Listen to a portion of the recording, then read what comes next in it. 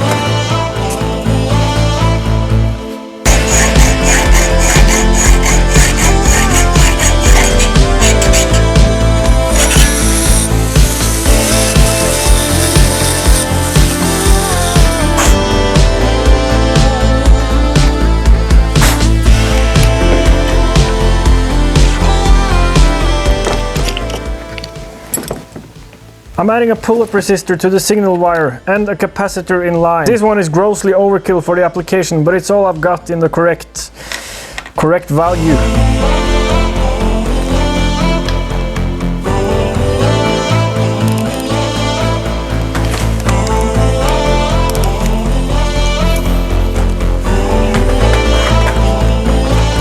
Beautiful.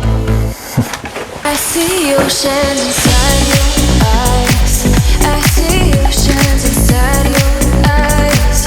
I see oceans inside your eyes. I see oceans. I see oceans.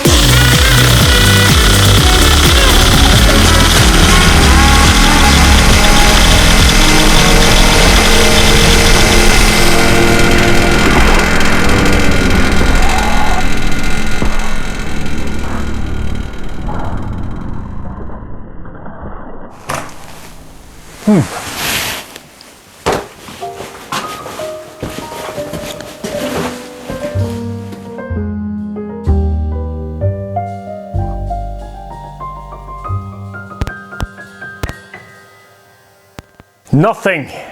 This is the day after. I just abandoned everything yesterday. Was not in a state to troubleshoot. I am now. First thing we're going to do is perform a leak down test and see if there's any air leaks. Has to be a large air leak for it to act this bad, but let's start there. Leak down test. I called on a Monday, waiting for a sign.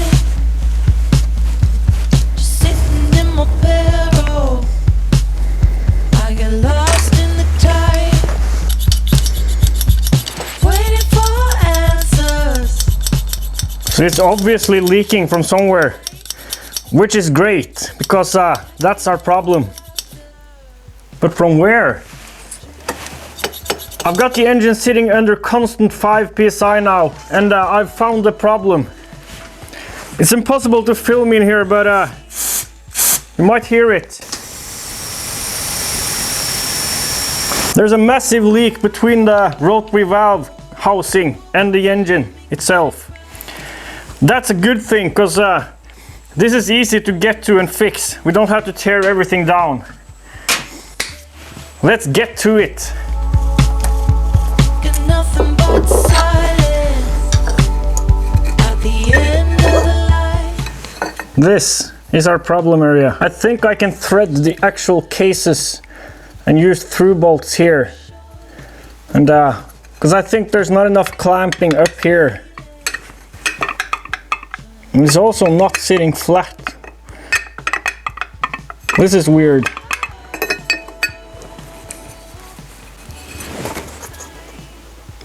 Oh,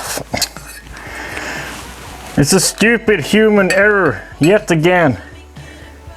This surface sits proud.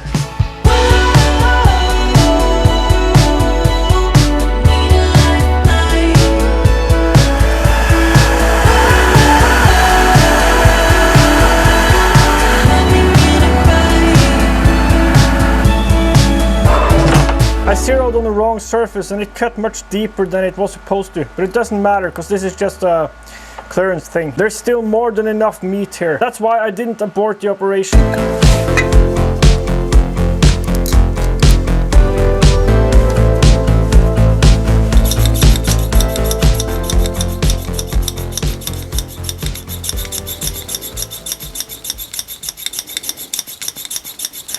Seems like I've managed to make it even worse. What the hell?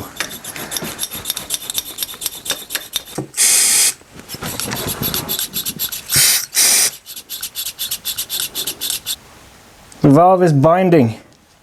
I think I bent the whole thing while clamping it down in the mill. Ugh.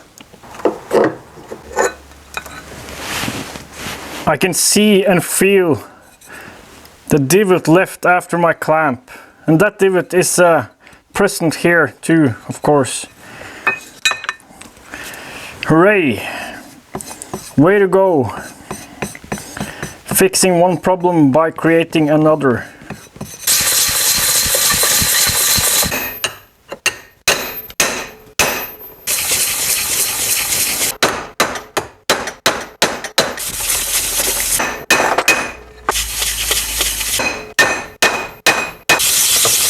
I'll keep hammering and sanding until I get this to be flat, and I'll bring you back. Just a tiny mark left from the problem area. I also sanded the inside here and hammered. Now it should be flush or lower than the rest of the surface.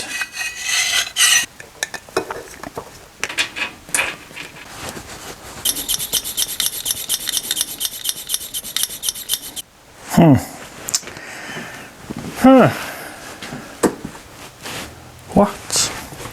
It's still leaking from the same area. I don't think the 3 tiny bolts provide enough clamping pressure for that gasket. I'm going to thread the case behind this bolt and use that bolt to clamp it harder against the case, the engine case.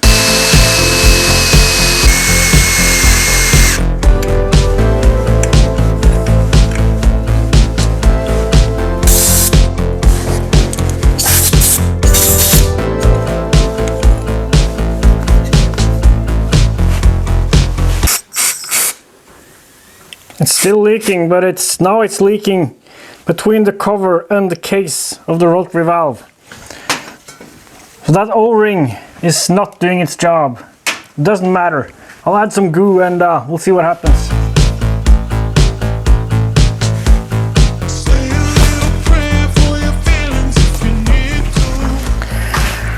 Okay.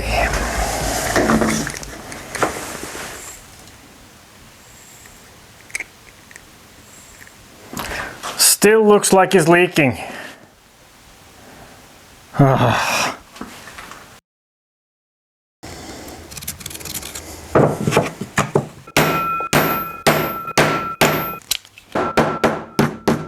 It's the next day again. I left the garage yesterday in not the best mood. I found another leak, and it's the blanking plate for the stuffer, the 3D printed blanking plate, which was a stupid idea. I'm replacing that with this now, and hopefully that's the end of the leaks. If only I had performed a leak down test before I put the engine in the frame on the bench, like so many have told me so many times before. Okay, crossing fingers. I've got 5 psi constantly applied to the engine now, and it's still leaking. I can hear it behind the cover. What the hell?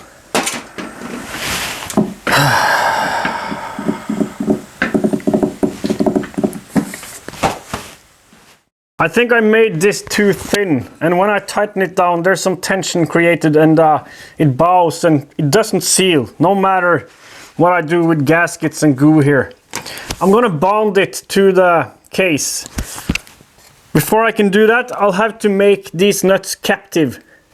And I'll have to shave down this nut a little bit and then make that captive too. Otherwise I won't be able to take the engine out of the mount and split the case halves. This bolt was sitting the other way around with the head shaved down to clear the cover. Now I can't have the bolt here because then I won't be able to take it out of the mount. I'll have to have the nut on this side, and that's why I have to shave the nut down a little bit so it will clear the cover.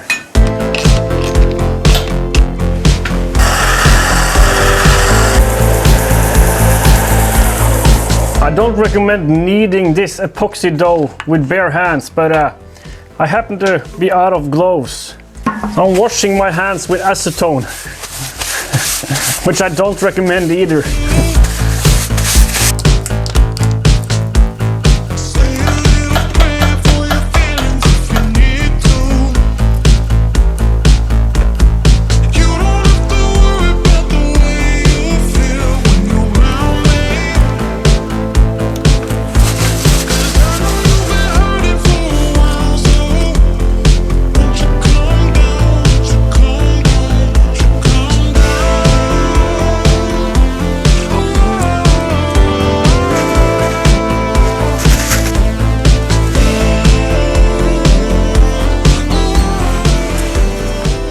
We'll have to wait for this to cure now, which means next video. This was not the results I was hoping for this video. I was expecting something completely different. Some people never learn. Leak down test before you mount the engine in the frame. I could really have used some uplifting results. Well, maybe next week. See you next time.